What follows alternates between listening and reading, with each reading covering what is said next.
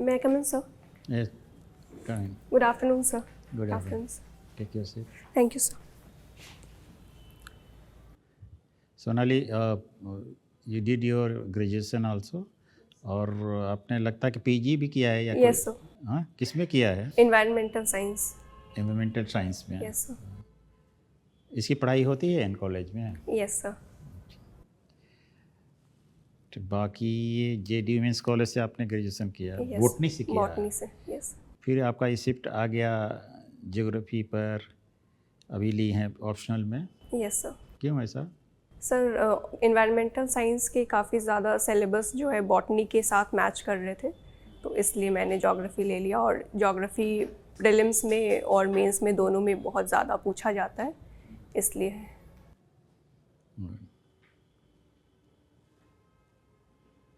क्या बनना चाहती हैं, पहले ऑनेस्टली बताइए, किस पद की आप माने ज़्यादा उत्कट अभिलाषा है कि हम इस पद पर जाएं? बिहार एजुकेशन सर्विस से। बिहार एजुकेशन फर्स्ट वैरायटी है? Yes sir. और सेकंड? सर सेकंड सब रजिस्ट्रार। एक शिक्षा पदाधिकारी होकर आप क्या क्या करना चाहती हैं? सर सबसे पहले तो मैं एनालाइज करना चाहूँगी कि ग्रास रूट लेवल पे प्रॉब्लम क्या है बिहार के एजुकेशन सिस्टम पे। फिर जैसे इंफ्रास्ट्रक्चर, सैनिटेशन, ये सब जो प्रॉब्लम होंगी उसे सुधारने की कोशिश करूँगी। फिर सर जो डिजिटल लर्निंग के लिए अभी बहुत कुछ किया जा रहा है, तो उसमें अपना योगदान देना चाहूँगी। फिर एनजीओ वगैरह के साथ कोलैबोरेट करके एजुकेशन स्तर को ठीक करने की कोशिश करूँगी, और गर्ल्स एजुकेशन के लिए भी एनजीओ के साथ मिल। ऐसा है क्या कि आप इतना कुछ कर सकती हैं अपने आप, एक जो पदाधिकारी के रूप में जा रही हैं, सरकार की नीतियों जो ऑलरेडी शिक्षा नीति है, यस सर, सरकार का जो आदेश है उसको पालन कराना है। Yes sir. अभी बहुत सारा देख रही हैं कि शिक्षा में गुणात्मक परिवर्तन आ रहे हैं। यस। आप इससे परिचित हैं? क्या क्या आ रहे हैं और इसका क्या असर है? सर बहुत सारे चेंजेस किए गए हैं। फॉर एग्जांपल सर सितंबर में ऐसा किया गया था कि अगर कोई स्टूडेंट 3 दिन से ज़्यादा एब्सेंट है, लगातार 3 दिन से ज़्यादा, तो उनके पेरेंट्स को कांटेक्ट किया जाएगा। फिर अगर कोई 15 डेज़ लगातार एब्सेंट है तो उनका नेम्स कट किया जा रहा है स्कूल से। इसके अलावा अभी रिसेंटली सेंटअप एग्ज़ाम जो कंडक्ट कराए गए थे, तो उसमें जिन्होंने कम स्कोर किया था, 40% से बिलो जिनका परफॉर्मेंस था, उनके लिए एक्स्ट्रा क्लासेस कराए जा रहे हैं 3:30 टू 5 PM के बीच। और इसके अलावा सर अभी देखा जा रहा है कि ग्रॉस एनरोलमेंट रेशियो भी बढ़ रहा है। और सर जो एग्ज़ाम में, सेंटअप एग्ज़ाम में जो स्टूडेंट्स पास नहीं हो पाए, उन्हें बोर्ड एग्ज़ाम नहीं देने दिया जा रहा है।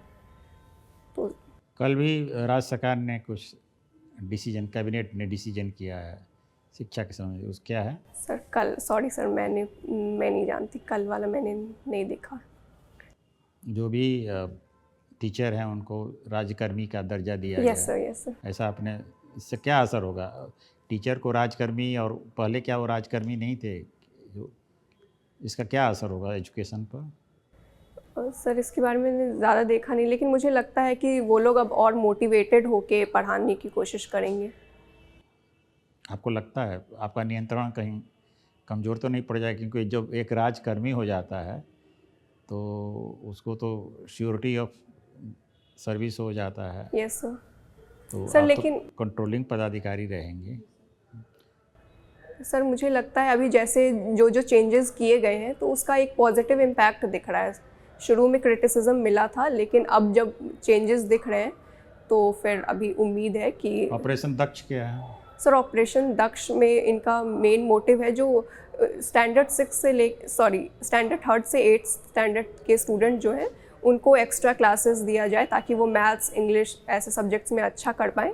ओवरऑल उनको मतलब अच्छा स्टूडेंट ब्राइट स्टूडेंट बनाने की कोशिश की जा रही है। और जो अच्छा परफॉर्म नहीं कर रहे हैं रिलेटिवली, तो उनके लिए एक्स्ट्रा क्लासेस लगाने का प्रावधान इसमें है। आप क्या इस विचार से सहमत हैं कि शिक्षक को चुनाव कार्य में या राज्य के जनगणना में या कुछ में उनको लगाया जाता है तो बार बार विरोध होता है कि शिक्षा का मंदिर बंद करके अन्य जो सहायक काम हैं उनमें उनको लगाया जा रहा है टीचर्स का, तो इसके पक्ष में है या क्या आपका व्यू है? सर मिक्स्ड रिव्यू मैं इसमें बोलूँगी, क्योंकि हाँ कभी कभी ऐसा लगता है इलेक्शन के टाइम कि टीचर्स का एक शिफ्ट उस तरफ हो जाता है, वो लोग पूरा अपना 100% नहीं दे पाते क्योंकि वो लोग खुद भी थक जाते हैं। लेकिन सर क्योंकि लेकिन ये तो है ना कि 4 बजे के बाद वो लोग फ्री होते हैं या उन्हें छुट्टियां भी अच्छी खासी मिल जाती हैं, तो आई थिंक वो लोग कर सकते हैं। शिक्षा पदाधिकारी हो जाइएगा तो आपके वर्किंग आवर क्या रहेगा? सर मैं अवेयर नहीं हूँ, लेकिन 9 से 5 में भी। ऐसा क्यों समझते हैं कि कोई ये पार्ट टाइम जॉब है क्या, कि वर्किंग आवर आपका लिमिटेड रहेगा या संडे की छुट्टी रहेगी और दशहरा की छुट्टी रहेगी? ऐसा नहीं, नो सर गजटेड ऐसा। सर्विसेज में नहीं होता है। जी सर। तो वो आप ये देख लें कि किस तरह से जो है ये जो सर्विस ज्वाइन करना चाहती हैं उसके लिए आप तैयार हैं, मनोदशा श्योर हैं कि आप शिक्षा में आप अपना 100% दे सकती हैं? यस सर, मुझे लगता है मैं 100% दे सकती हूँ, क्योंकि एक पैशन भी है, क्योंकि हमेशा से देखा है बिहार में एजुकेशन सिस्टम, और अभी क्योंकि इम्प्रूव हो रहा है तो एक मोटिवेशन भी मुझसे मिल रहा है। चलिए अच्छी बात है। आप ज्योग्राफी ये बताएं कि जो तीनों रेखा जो ग्लोब को जो है 3 रेखा में बांटा है, क्या क्या है? इक्वेटर, फिर ट्रॉपिक ऑफ कैंसर नॉर्थ में, फिर ट्रॉपिक ऑफ कैप्रिकॉर्न साउथ में। ये लाइंस क्यों ड्रॉ किए गए हैं ग्लोब पर? सर इक्वेटर जो है वो अर्थ को 2 नॉर्दर्न हेमिस्फेयर और सदर्न हेमिस्फेयर में बांटता है। सर बेसिकली ये हमें इक्वेटर से किसी जगह का जोग्राफिकल लोकेशन बताने के लिए ये कहा जा सकता है। इक्वेटर से हमारा लोकेशन कितनी दूरी पर है? सर हम लोग 24.5 डिग्री नॉर्थ लैटिट्यूड पे। 24 एंड, लेकिन साउदर्न टिप कहाँ है? इंडिया का साउदर्न टिप सर, एक तो मेनलैंड में बोले तो कन्याकुमारी, लेकिन ऐसे sir Andaman and Nicobar island में Pygmalion point 6 degree 4 minutes north. मान बहुत कम दूरी है। Yes sir. तो इक्वेटर के पास रहने का क्या क्या परिणाम आते हैं क्लाइमेटिक? सर इक्वेटर के पास वो वाले रीजन में रेनफॉल बहुत होती है, गर्मी, और सर बायोडाइवर्सिटी भी बहुत है वहाँ। इंडिया को कौन सी रेखा बांटती है? Tropic of cancer sir.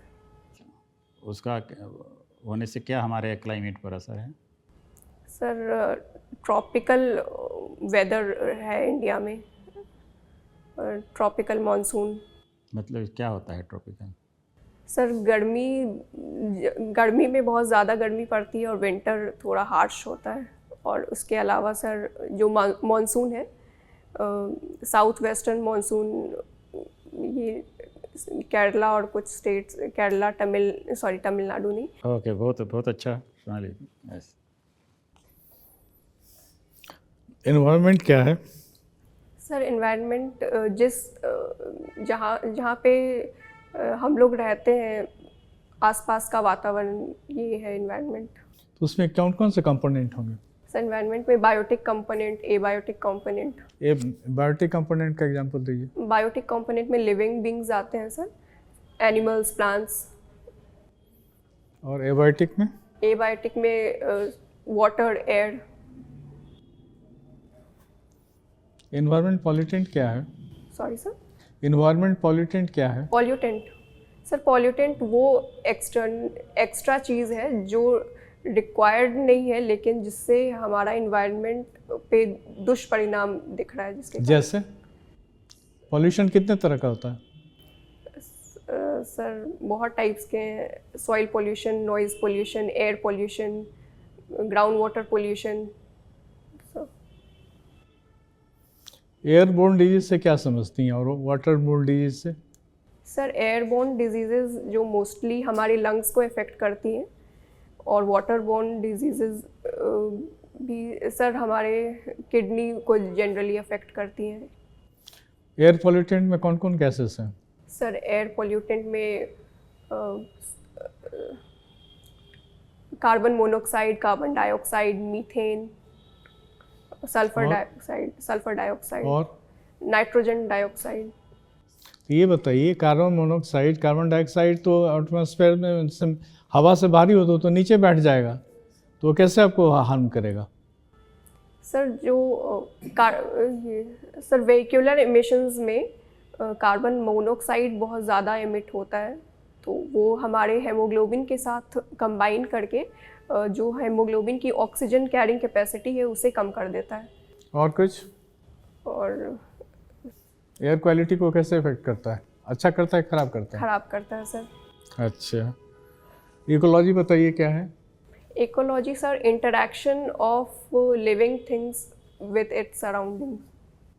Ecology term किसने कॉइन किया था? Sir AG Tansley. Sir I am sorry sir. Okay, India में फादर ऑफ इकोलॉजी किसे बोलते हैं, किन्हें बोलते हैं? Sorry sir, I'm unable to recall it. What is biodiversity? Biodiversity sir, sum total of all the kind of living beings and living things on this planet. Living thing in this planet. Yes. Phytoplanktons है कि नहीं इसमें biodiversity में? Phytoplankton living है? Yes sir. Living है। Yes sir. Coral सी reef किसको बोलते हैं? Coral reef? Sir coral reef जो है ये पॉलिप्स है जो ट्रॉपिकल ओशंस में पाए जाते हैं, क्लीन ट्रॉपिकल ओशन वाटर में। कार्बन का सबसे बड़ा असिस्टेंट कौन है पूरे विश्व में? Ocean sir. कितना % वहाँ पर है? सर एग्जैक्ट परसेंटेज मुझे याद नहीं, सॉरी सर। अच्छा, एयर पोल्यूशन को कैसे कम करेंगी? सर सबसे अच्छा तो अफॉरेस्टेशन है। अफॉरेस्टेशन फिर उससे क्या होगा? सर अफॉरेस्टेशन करने से जो हम ट्रीज़ जो है वो ऑक्सीजन, ये कार्बन डाइऑक्साइड को फोटोसिंथेसिस में यूज़ करती है और ऑक्सीजन रिलीज़ करती है, तो इससे ऑटोमेटिकली कार्बन डाइऑक्साइड और वो एक बैलेंस बना रहेगा मिनरल साइकिल का। अच्छा, बोलते हैं जैसे पीपल है तो उसके बारे में बोलते हैं कि 24 आवर ऑक्सीजन देता है, तो रात में तो सूरज रहता नहीं है, तो कैसे इनका फोटोसिंथेसिस होता है? सर फोटोसिंथेसिस के लिए ये सर पीपल ट्री जो है दोनों नाइट और दिन दोनों में ऑक्सीजन रिलीज अच्छा, आपने हॉबी में लिखा है कि एनिमल ये जो है फीडिंग बर्ड्स। Yes sir. कौन कौन से बर्ड को फीड किए हैं? सर जो मेरी लोकेलिटी में आते हैं, जैसे कौन सा? वही तुम क्रो, मैना, कबूतर और हाउस स्पैरो कभी कभी, फिर सर बुलबुल और बैबलर। कैसे फीड करते हैं? सर मैं रात को जो ग्रेन्स है उसे सोक करने के लिए दे देती हूँ और सुबह के टाइम पे उसे रेलिंग पे रख देती हूँ, फिर दोपहर में जो पॉट्स में मैं पानी रखती हूँ उसे रिफ़िल करती रहती हूँ टाइम टू टाइम। अच्छा, बिहार में एक नॉर्थ बिहार का एक बड़े फॉरेस्ट का नाम बताइए। बड़े फॉरेस्ट सर वाल्मीकि हाँ ठीक है, इसका वाल्मीकि टाइगर रिजर्व है। और बताइए उसके बारे में।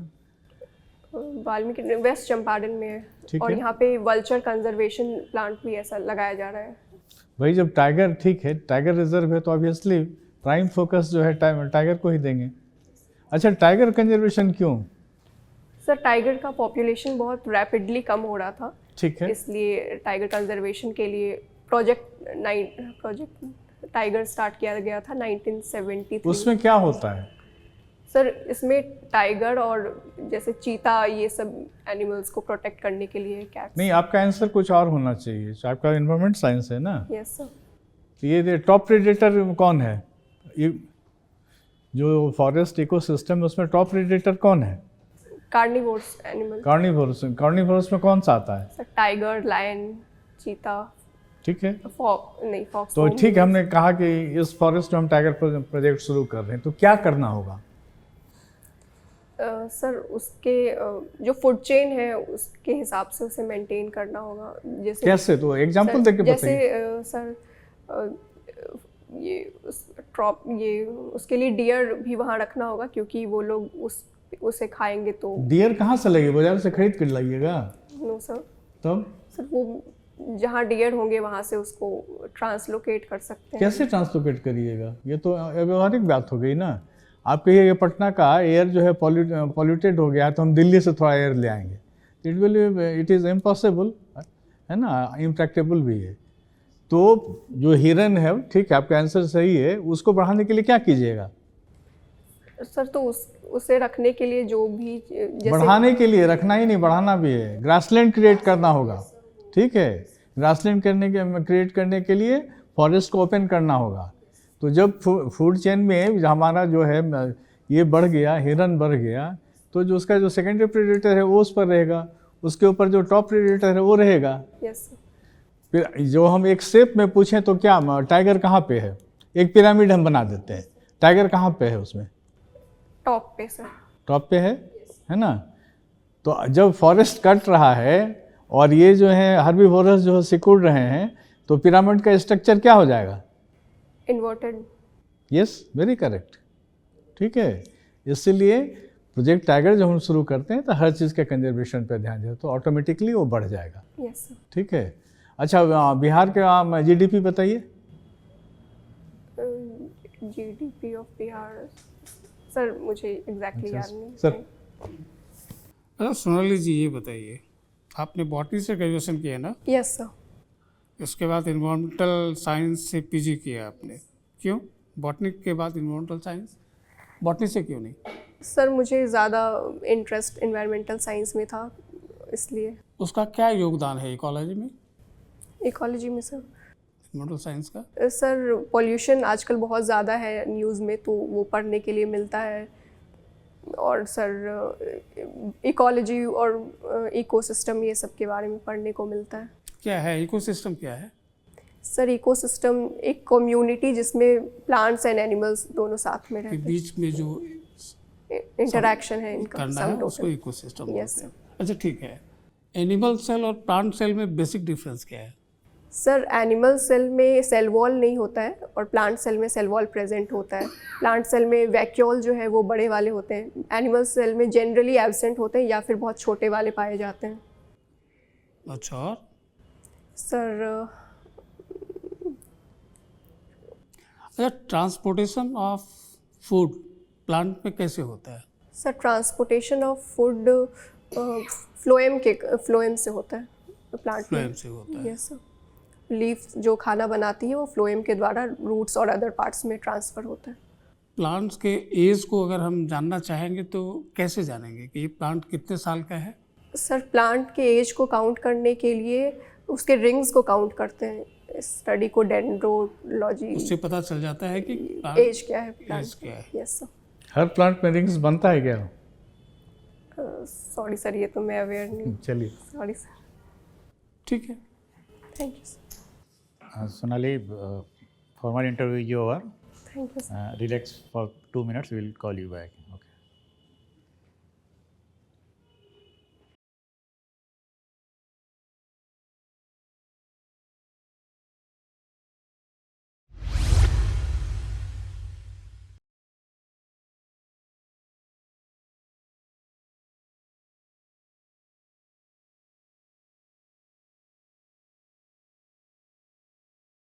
ओवरऑल इंटरव्यू आपका अच्छा रहा।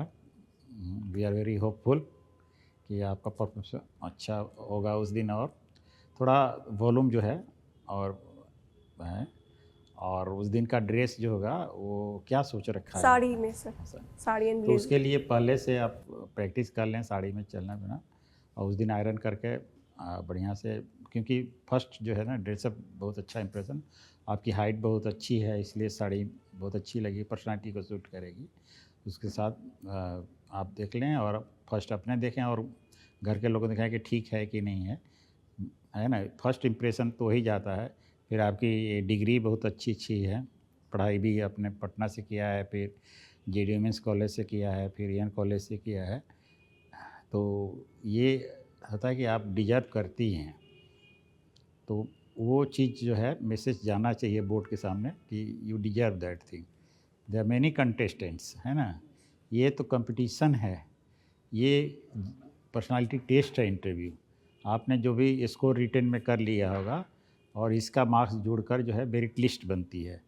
उसमें 1-2 मार्क्स के भी अंतर से आप बहुत नीचे चले जाइएगा और बहुत ऊपर आ जाइएगा। तो ये कोशिश रखिए कि इसमें जो भी हो हमारी तरफ से कोई लापरवाही न बरती जाए कि वो कुछ कमी आ जाए। जो होना होगा ये न सोचे कि जो होना होगा वही होगा। आपने बेहतरी किया, प्रयास किया, सिंसियरली किया, वो मन को सेटिस्फाइड होता है। सक्सेस जो है ऐसे नहीं आता है, उसके लिए प्रयास करते ना। God help those who help themselves, आपने सुना होगा। तो उसी तरह से आप बनाइए। ज्योग्राफी का नॉलेज और करिए, सामयिक घटनाओं को अच्छी तरह से देख लें, और जो ट्रेंड है लोगों का कि क्या क्या पूछे जाए, इसका कोई ट्रेंड नहीं होता है। उस दिन कैसा बोर्ड पड़ेगा कोई नहीं जानता, क्या उनमें कौन से एक्सपर्ट्स रहेंगे। तो एक तरह से आपको बोर्ड को अपने तरफ से मोड़ना है। आपका बायोडाटा उस समय तो उनके सामने नहीं रहेगा। They will give you chance to introduce yourself. तो उसी में आपको ऐसा कुछ कहना है जिससे कि बोर्ड जो है उधर झुक जाए। जैसे आपका एक स्ट्रॉन्ग पॉइंट है इन्वायरमेंट में की हुई हैं, क्लाइमेटिक तो ज्योग्राफी है, तो आप धीरे धीरे बोर्ड को फर्स्ट अटेम्प्ट में ही उधर को मोड़ दें, और उधर मुड़ जाएगा तो आधा से अधिक चीज़ें निकल जाएंगी, और उसी समय आपका फाइनलाइज हो जाएगा कि सिलेक्शन लेना है यदि आपने अच्छा परफॉर्म किया तो। इसलिए हमेशा ये कहना मोल्डिंग नेचर अपने, माने you try to dominate the board, not you should not leave any doubt before the board कि वो जैसे मन करे वैसे क्वेश्चन पूछेंगे। आप यदि चुप हो जाइएगा, कुछ नहीं बताइएगा अपने बारे में कोई जो है, तो वो क्या है ना कि अपने ढंग से पूछना शुरू करें। There are many things which can be asked. Okay, तो be sure of your success. We wish you all the best. Thank you sir. Okay sir, इससे पहले मैंने 67th भी दिया था, तो मेरे, और इससे पहले CDPO भी दिया था। सर दोनों बार मेरे 65 मार्क्स ही आए इंटरव्यू में। Sir 65 is good marks, but आपका इसका मतलब है कि रिटन में आपका नंबर कम रहा है। यस सर, रिटन में भी कम, ज्योग्राफी ऑप्शनल में। 65 this time it will improve. 60% marks approx हो गवर्नमेंट गया। साइंस आपका ऐसा है ना, आपको बहुत ऊपर ले जा एवरेज सकता है। मार्किंग में अच्छा ही कहा जाएगा। इसलिए थोड़ा इसको update और करें। अपना इस 10 पर- नंबर इस बार बढ़ाइए आप। हाँ, 10 10 नहीं बढ़ 20 गए। बढ़ाइए, ज़्यादा श्योर रहिएगा। 20 आना कोई संभव नहीं है। यहाँ तो 20 माने 80 85 मार्क्स भी आते हैं इंटरव्यू में। और okay, thank you sir. All the best. Thank you sir.